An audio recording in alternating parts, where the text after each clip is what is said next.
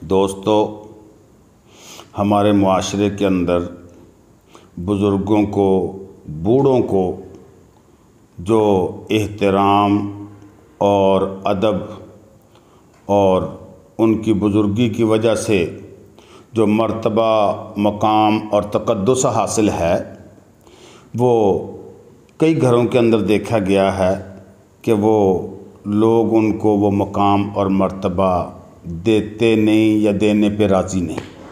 हालांकि ये बात मुसल्लम है कि बुढ़ापे के अंदर जाकर ज़िंदगी के तजर्बात जो हैं वो पूरे हो जाते हैं।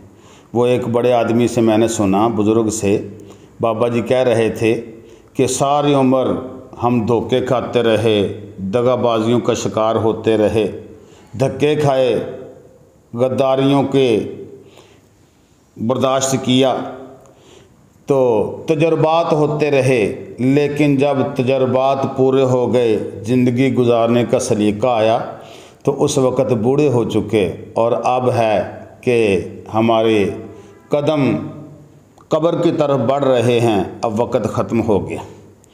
तो तजर्बात बूढ़ों को होते हैं, जवानों के अंदर जवानी का ज़ोर, शोर, ताकत, दबदबा, रोब तो होता है, लेकिन अक़ल, शऊर, फ़हम, फ़रासत और तजर्बा नाम की चीज़ नहीं होती। तजर्बा बूढ़ों को ही होता है। जिस मुआशरे के अंदर, जिस तंजीम के अंदर, जिस मुल्क के अंदर बूढ़ों को तक़द्दुस और मर्तबा और मकाम हासिल नहीं, वो मुआशरे, वो तंजीमें, वो मुआशरे, वो जमातें और गिरोह हमेशा नाकाम नज़र आते हैं। जहाँ पर उनकी अक़लो, शऊर और फ़हम फ़रासत से काम लिया जाता है, वो मुआशरे मुनफरिद और मुमताज़ मकाम हासिल करते हैं। तो मैं अर्ज़ कर रहा था कि वो एक बाबा जी थे, बहरी जहाज़ एक जगह पर ख़राब हो गया, तो पता चला कि वो फ़लाँ जगह पर एक बाबा जी रहते हैं, वो बड़े पुराने वर्कर हैं, इंजीनियर हैं, उनसे फ़ायदा हासिल किया जाए, तो उनको बुलाओ। ये अपना सर टकरा हटे, ये जितने भी थे ना वहाँ पर मिस्त्री वगैरह, मैकेनिक, तो उनको कोई उसकी ख़राबी की समझ ना आई कि ये क्यों रुक गया, क्या ख़राबी है। तो बाबा जी को बुलाया गया, उन्होंने कहा कि भाई वो फ़लाँ पुर्ज़ा है तुम्हारे पास? है जी। वो मुझे दो। वो लिया और जाकर उसकी ख़राबी को दूर कर दिया, उस पुर्ज़े को लगाया अपने हिसाब से, अपने अंदाज से, अपने अक़ल को इस्तेमाल करते हुए वो बहरी जहाज़ चलने के काबिल हो गया।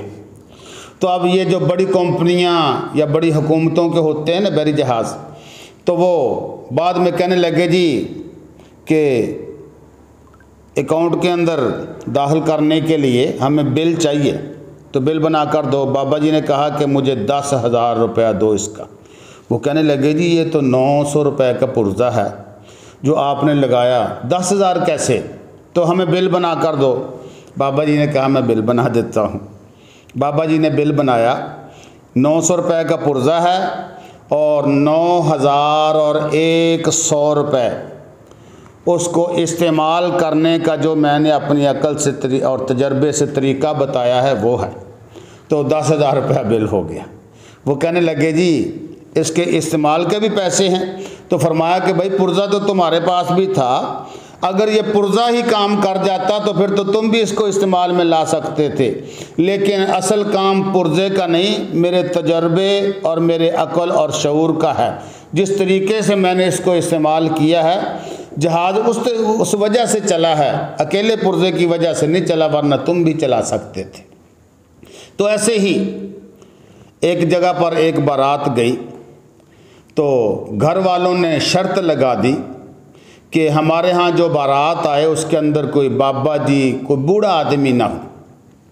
कहते हैं कि वो एक उनका बुज़ुर्ग था, उससे कहने लगे जी हम आपसे मदद करने आए हैं कि घर वालों ने शर्त लगाई है बूढ़ा कोई ना आए। बाबा जी कहने लगे भाई बात ये है बेटा, मैं इसरार नहीं करता, हाँ, ये कहता हूँ कि अगर आप मुझे किसी न किसी तरीके से ले जाएं, चाहे डिग्गी के अंदर बंद करके, किसी संदूक और ट्रंक वगैरह में बंद करके ही ले जाएं, तो मेरा जाना खाली आज फ़ायदा नहीं होगा, नुकसान का बास नहीं होगा, कोई ना कोई फ़ायदा ही होगा, आपको कोई मेरे जाने का फ़ायदा ही मिलेगा। तो वो कहने लगे जी फिर कैसे लेके जाएं? फरमाया ये तुम देख लो, वरना अगर नहीं ले जाना तो तुम्हारी मर्ज़ी। खैर उनके बात समझ में आ गई।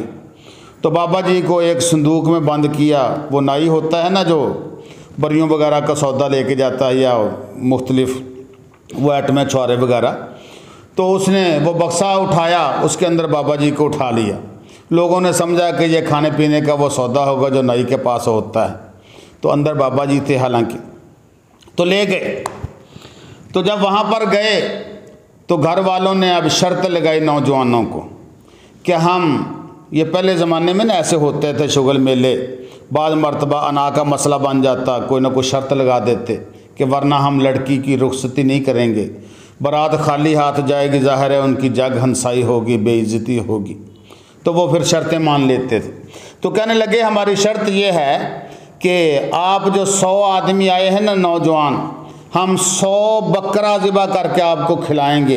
अगर आपने 100 बकरा खा लिया तो आप लड़की को ले जाएंगे, हम रुखसत कर देंगे, वरना हम रुखसती से इनकार करते हैं और आपको खाली हाथ जाना होगा। अब वो बेचारे बड़े परेशान कि चलो किलो 2 किलो 4 किलो तो हुआ, कोई बहुत बड़ा पहलवान हुआ, पूरा बकरा कोई कैसे खाएगा। तो अब समझ आई कि वो बाबा जी से कोई हिदायत रहनुमाई लें। तो छुप छुपा कर बाबा जी की खिदमत में हाजिर हुए। बाबा जी ये मसला आन पड़ा, मुसीबत आ गई। बाबा जी कहने लगे हाँ बेटा इसका हाल मैं निकालता हूँ। शर्त को मुस्तरद नहीं किया जाता कि हम ऐसा नहीं करते, ये नहीं कहना, बल्कि शर्त के ऊपर शर्त लगा दी जाती है। तुम अपनी तरफ से शर्त लगा दो, वो कौन सी, कि तुम ये कहो कि ये 100 बकरा हम खाएंगे 100 आदमी, लेकिन हमारी शर्त ये है कि ये यके बाद दीगरे हो, एक पहले पक जाए उसको हम खा लें, फिर उतनी देर आप दूसरा पका लें, दूसरे के बाद तीसरा। तो आपको 100 आदमी को एक एक 2-2 बोटियाँ आएंगी, आप उसको खाकर ज़रा चहल पहल करें, थोड़ा सा चल फिर आएँ, तो उतनी देर में वो नीचे हो जाएगा। हालत ये हो गई कि उन लोगों ने 100 बकरा खा लिया एक एक करके। जब शर्त रखी ना, बताया उनको, तो वो कहने लगे कि ठीक है हम ऐसे करते हैं। 100 बकरा कहते हैं खा गए, और उसके बाद भी कहते हैं कि भाई अगर और है तो वो भी ले आओ, हम खाने के लिए तैयार हैं। तो घर वाले बड़े हैरान हुए, कहने लगे कि तुम नहीं ये कर सकते थे, ज़रूर तुम्हारे पीछे कोई बाबा जी बैठे हैं जिन्होंने तुम्हारी रहनुमाई की है, वरना आज तुम लड़की को ले जाने के काबिल नहीं थे। तो ऐसे ही एक और वाक़या मैं अर्ज़ कर रहा था कि बूढ़ों की अकल, बूढ़ों का तजर्बा, बूढ़ों की हाज़र जवाबी, फ़हम व फ़रासत, क्या बात है। वो ट्रेन के अंदर, ट्रेन जा रही थी ना, तो वो एक बाबा जी एक डब्बे में सफ़र कर रहे थे।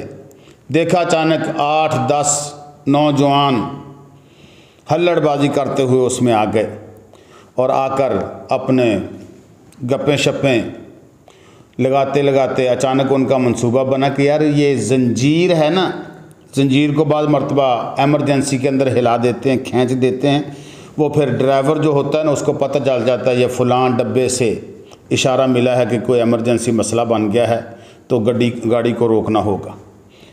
तो जंजीर खींचें। वो एक कहने लगा कि भाई इस पर तो सज़ा बड़ी होती है। वो कहने लगा कौन सी? कहता है या 6 महीने की कैद और या फिर 500 रुपये जुर्माना है। तो वो आपस में कहने लगे कि यार हम जुर्माना अदा कर देंगे। तो कैसे? कहने लगे चलो अगर एक आदमी नहीं कर सकता, हम आपस में चंदा इकट्ठा करते हैं 8 आदमी, तो हम चंदा इकट्ठा करके उसमें से उसको जुर्माना दे देंगे। चलो इकट्ठा करो भाई चंदा। वो सब ने थोड़े थोड़े अपनी हिम्मत के मुताबिक पैसे दिए। तो वो जब उसकी गिनती की गई तो वो तकरीबन 770 रुपये बने। एक 500 का नोट, वो आपस में ऊंची ऊंची आवाज़ में बातें कर रहे हैं कि एक 500 का नोट हो गया और एक 100 रुपये का नोट हो गया, 350 के नोट हो गए 750 और 2 आदमियों ने 10-10 रुपये दिए हैं तो 770 रुपये हो गए। तो जो उनका चीफ था ना, बड़ा लड़का था, उसने कहा ये मुझे पकड़ा दो, उसने अपनी जेब में डाल दिए। अब उनको शरारत क्या सूझी, जंजीर खींच दी। जब वो मुलाजम आया उसने कहा हाँ भाई किसने खींची थी, तो ये आपस में कहने लगे कि क्यों ना हो हम बाबा जी का नाम लेते। तो करीब आया, जब वो आदमी आया तो कहने लगे जी हमें तो पता नहीं, ये बाबा जी ने खींची है। अब बाबा जी के लिए ये हमला अचानक था, अगर वो नौजवान होते तो शायद अपनी सफाइयाँ देने लग जाते या उनको कहते कि नहीं नहीं इन्होंने कहा। तो उसने ना सफाई दी ना कुछ और कहा, बल्कि बाबा जी ने फ़ौरन अपनी फाम व फरासत अक्ल दानिश को बरूए कार लाते हुए उन पर जवाबी हमला कर दिया। फरमाया भाई हाँ जंजीर मैंने ही खींची है। वो कहता क्यों खींची है। बाबा जी कहने लगे कि ये जो 8 लड़के हैं ना, इन्होंने मेरे साथ ज़्यादती की है, डकैती की है, मेरी जेब के अंदर जितना कुछ था इन्होंने मुझे लूट लिया। वो कहने लगे हैं, वो सफाइयाँ देने लग गए कि नहीं जी नहीं हमने कुछ नहीं ऐसी शरारत की। बाबा जी कहने लगे जी मेरी जेब में जितने पैसे थे इन्होंने ले लिए। वो कहने लगे बाबा जी कितने पैसे थे। बाबा जी कहने लगे जी पैसे मेरे पास थे 770 रुपये। कैसे थे। बाबा जी कहने लगे एक 500 का नोट था, एक 100 का नोट था, 3 50 के थे, 2 10 के थे, इनकी तलाशी लो निकल आएंगे। तो उसने जब पहले बड़े लड़के से तलाशी शुरू की तो उसकी जेब में से 770 रुपये निकल आए। तो अब वो हैरान, वो चोर बन चुका था, तो वो हैरान रह गए। कहने लगे बाबा जी ने यार अजीब हमसे दाव खेल लिया, हमने तो बाबा जी को मुल्ज़म बनाया था, उल्टा इसने हमें चोर और डाकू बना दिया। तो भाई ये होते हैं बूढ़े बाबे, इनके अकल तजर्बे शऊर और फ़हम फरासत से हर मुआशरे को हर घर को चाहिए कि इनके तजर्बे से फ़ायदा उठाएं। अगर फ़ायदा नहीं उठाएंगे तो फिर वो तजर्बे जो उन्होंने अपनी ज़िंदगी में किए हैं, धक्के खाए हैं, वो हमको असरे नौ नए सिरे से खाने पड़ेंगे। तो बेहतर है कि हम उन्हीं के तजर्बे से, उन्हीं के तजर्बे की रोशनी में ज़िंदगी गुजारें और फ़ायदा उठाएं।